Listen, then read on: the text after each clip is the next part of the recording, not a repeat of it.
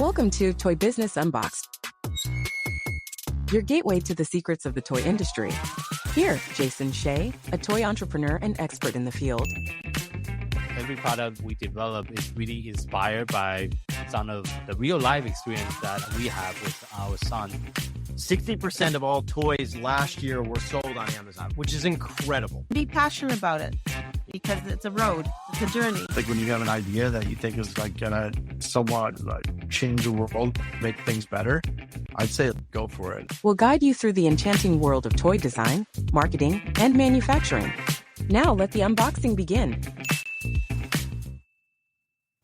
Welcome to another episode of Toy Business Unboxed podcast. Today, we'll dive into a story of creativity, connection, and play with Valerie and Cortney from Large as Life. Inspired by the wonder of nature and the power of shared experiences, they set out to design the puzzle that ain't just fun, but also educational, durable, and also engaging for people of all ages. So thank you so much for being on the show today. And will you mind sharing a little bit about how you started the company and what inspired you to bring the company to life? Definitely. I'll take that one if that's okay. So Valerie and I are sisters-in-law, and we both live in Idaho. And living in Idaho, depending on your political opinion, that's either a blessing or a curse. But for me, one of the blessings of living here, it is the proximity to America's first national park, Yellowstone. And so one summer I was vacationing in Yellowstone with my 4 children, and we went into the Old Faithful Lodge gift shop. And as I was looking for something memorable to purchase that would be easily integrated into our lives, because that's really important to me, I really wanted to integrate naturally, I couldn't find anything that really piqued my interest. And I saw some of the stay away from the bison signage that peppers the tourist sections of the Yellowstone National Park. And I thought the perfect gift, the perfect souvenir would be a life-size bison floor puzzle. Because so many people are intrigued by bison, intrigued by their beauty, their size, their majesty, but they always get injured by getting too close. And so I thought if someone could take that puzzle home and put it in their front room and just share it and recreate those memories that they made in Yellowstone with something that is so iconic, that would be the perfect souvenir. And so that was really the genesis of the company. And then my husband talked to Valerie's husband, because they're brothers, about this idea. And that's the genesis of how the journey started. And now I think you have more than just bison, correct? Well, we don't have bison yet. Oh, you don't have bison yet? Okay. Hopefully someday. Production, yeah. Oh, okay. So what are some of the animals that you have in your catalog right now? So we currently have a king penguin and a koala and a red panda. We are really close to being done and ready to launch soon our life-size bald eagle. And then we are thinking of maybe doing a baby giraffe next. That's on the front for that line. And then within this year that we had started this, we came up with 2 other kind of unique but symbiotic puzzle lines as well that we've been working on simultaneously. I see. Okay. Before you started the puzzle company, have either of you have like background in like puzzle design in the past, or what was the background? I'm a lifelong educator. So I have a bachelor's from BYU and a master's degree from Harvard in education. And so I've always gravitated towards puzzles and activities that are cognitively research-based, beneficial activities for kids. So we've done lots and lots of puzzles. And we just see the value in them. And so that was where we came to this from, was my background in education, both of us being parents of 4 children, Val's background in photography and graphic design. And so it just happened that this came to fruition with those 2 lenses through which we view the world, mothers and then professionals. I see. And I think your puzzle is also designed to be more than just an activity. They're also an experience in itself because of the sheer size. How are some of the feedback that you have been getting either from the customer or retailer about your particular product line that you would like to share? Yeah, so we've been getting some really great feedback, some that we expected because of the way we designed it, and some that's been just really positively surprising and exciting to hear a little bit. So our puzzles are designed to be more than just an activity, as you said. I learned that as when I put a puzzle out at a family gathering, for example, or a gathering of friends, that puzzles inherently cause people to gather together. Puzzles out, people will start coming together to the table. It brings people together to put a piece in as they're chatting. So puzzles have this inherent gathering property already, I feel like. And then we wanted to take it a step further. And so we added to our Large as Life animal puzzles trivia questions on the back of each piece. Oh, okay. Nice. Well, that there's a communication and conversational element to that gathering that really brings people together. And What's been really cool to see are some people that maybe we wouldn't have expected to be super interested in these gatherings. For example, I've seen teenage boys who normally wouldn't want to jump in on puzzle fun with a family suddenly start coming into the room and engaging once they hear the trivia questions being read. And they certainly, now they want to participate and be part of the group. I've seen an uncle who was not really a puzzler, wasn't going to participate, decided, he started coming in and hearing the questions. Then he wanted to read some to his family members and he started participating that way. We've got a lot of actually really great feedback from grandparents. Originally, what was on our minds, I think, was families, bringing families together, classrooms, that kind of a thing. We've gotten a lot of feedback from grandparents saying how much they love these because it gives them something that they can easily do with grandchildren that is engaging for the two of them to do together. Trivia questions inherently beg to be read to another person. So they're asking to each other, they're learning together, and both the children and the grandparents are learning things together that they didn't know before and that they're finding interesting. I see. Thank you for sharing that. And I know you have a live example. For the listener that's listening, feel free to check out our YouTube channel for the actual video as well. But will you also share how does it look like and the whole scale of the puzzle that you designed? So our life-size, largest life animal puzzles, which is the line that we started with, I don't have a whole puzzle done here. These are what the boxes look like. There's a number of different pieces that are large, and there's a trivia question on the back of each piece. In addition, there's a colored dot, as you saw, on the back, and that allows the puzzle pieces to easily be separated into sections of adjacent pieces so that kids can have a more manageable section to do at a time, or they can break it apart and make it a really collaborative activity. Younger kids can sort by color first and then work on those pieces, and groups can take turns working on some before they bring it together. But I do have one of our other lines is called Learn About Life, and they're rectangular puzzles on a variety of topics. We've only have one out so far, but we have a bunch more that are coming. And they have trivia questions on the back as well. And this is our Christmas Learn About Life puzzle. Oh, well, yeah, that's pretty big, yeah. Oh, they're 2 feet by 3 feet, and they're very busy. And this is just a half-cut puzzle, so I can flip it around and show it. And you can see there's trivia questions, different colors on the back of each piece, all about. And then it also offers a seek and find element because each trivia question, there's an illustration of that trivia question or a nod to that specific piece of trivia in the completed. Oh, okay. Once they put it together, they can look through together and each try to find it like a seek and find. So it's this multi-layered activity that they can do. I see. Yeah, very interesting. So it's more than they have more activity to do after the puzzle is completed as well. And I think the struggle with the puzzle sometimes is the kids lose interest after the puzzle is complete.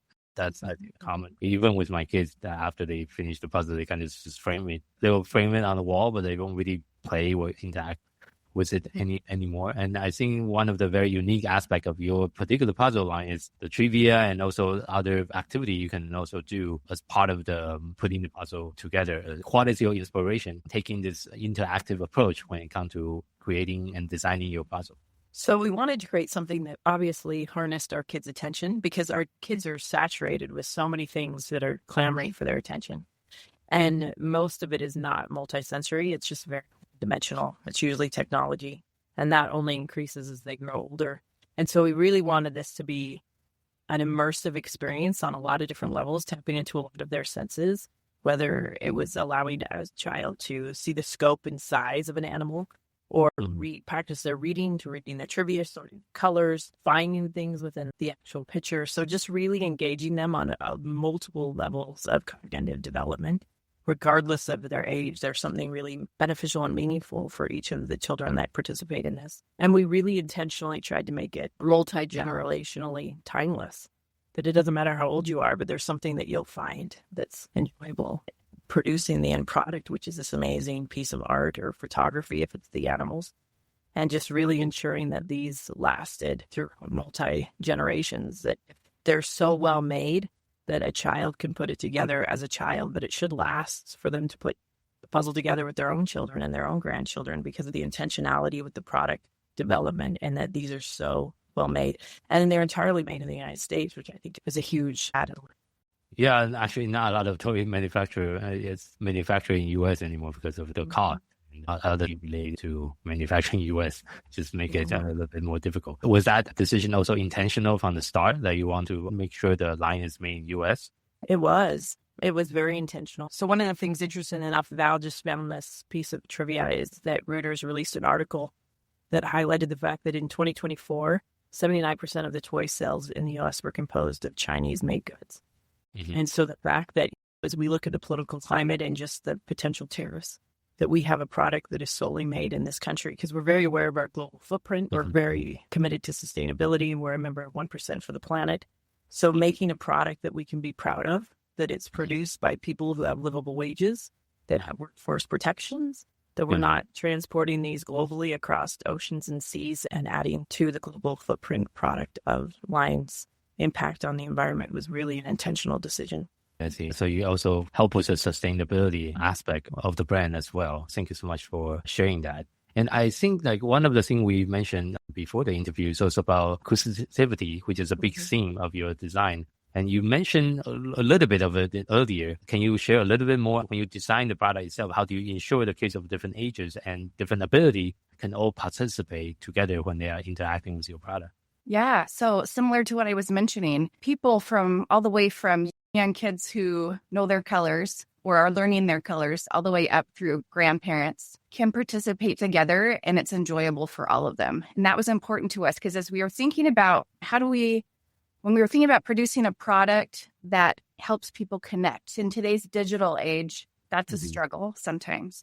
And so we wanted to produce something and put something out in the world that really helped people connect with other people. If you think about the people that are most important to you, or the people in your family or your friend group, the people that you love, they're not all your same age generally, right? I think of my family. I have young kids. I have a teenager. I have my parents, my in-laws, a big variety of ages. Same with neighbors. Our neighbor across the street, their grandparents.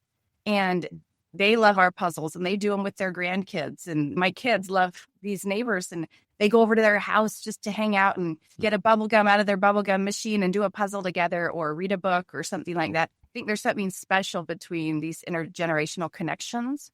And with our puzzles, because you can start out flipping them over, the youngest can sort by color. If you want, you can do small groupings at a time because of that, those color-coded sections. They're also coded with a shape if you want to say, okay, sort all the triangles if your child's learning shapes, for example.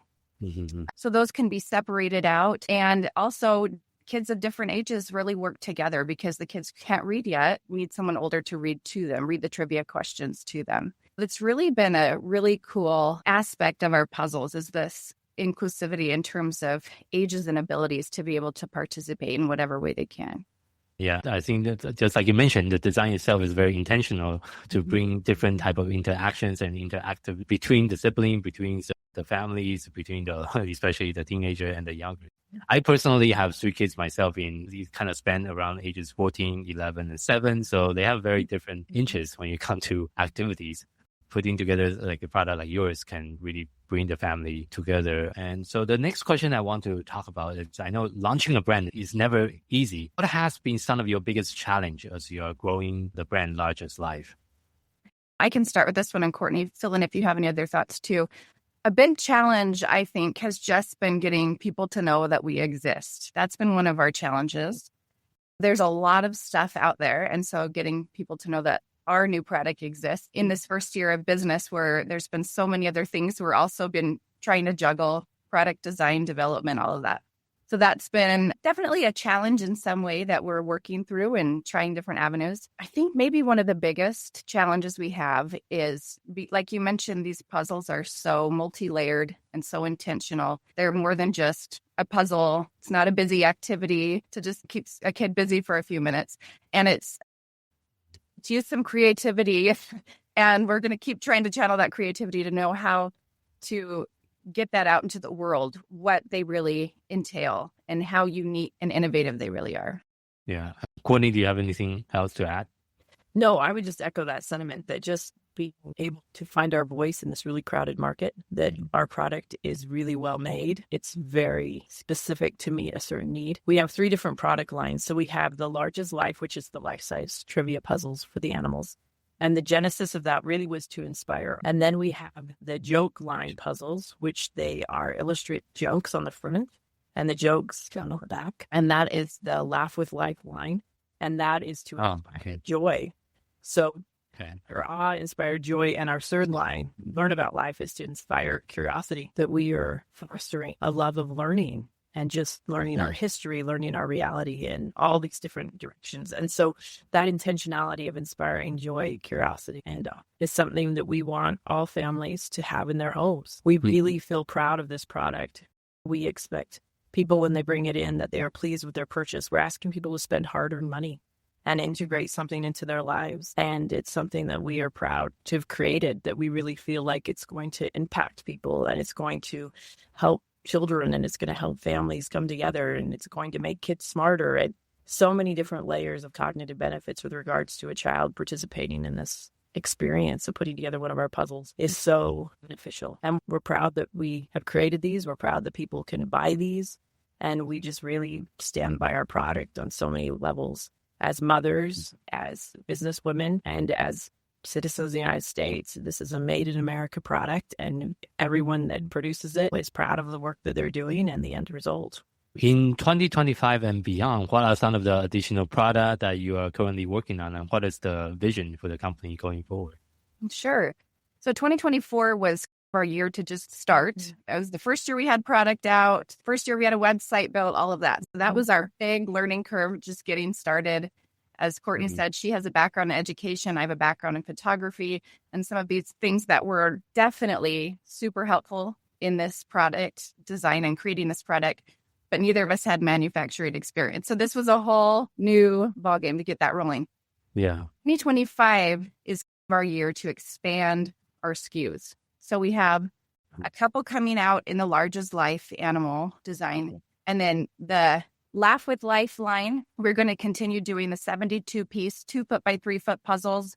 We're also going to be doing a number of 1,000-piece tabletop puzzles. They won't put up on the back of the piece, but they'll have an insert included in that puzzle so that people can still, who want to do a 1,000-piece puzzle, those kind of puzzlers can do that and then read the trivia questions and still find it in the artwork when they're finished. Those two lines are both going to be expanding to having 1,000-piece puzzles and 72-piece puzzles.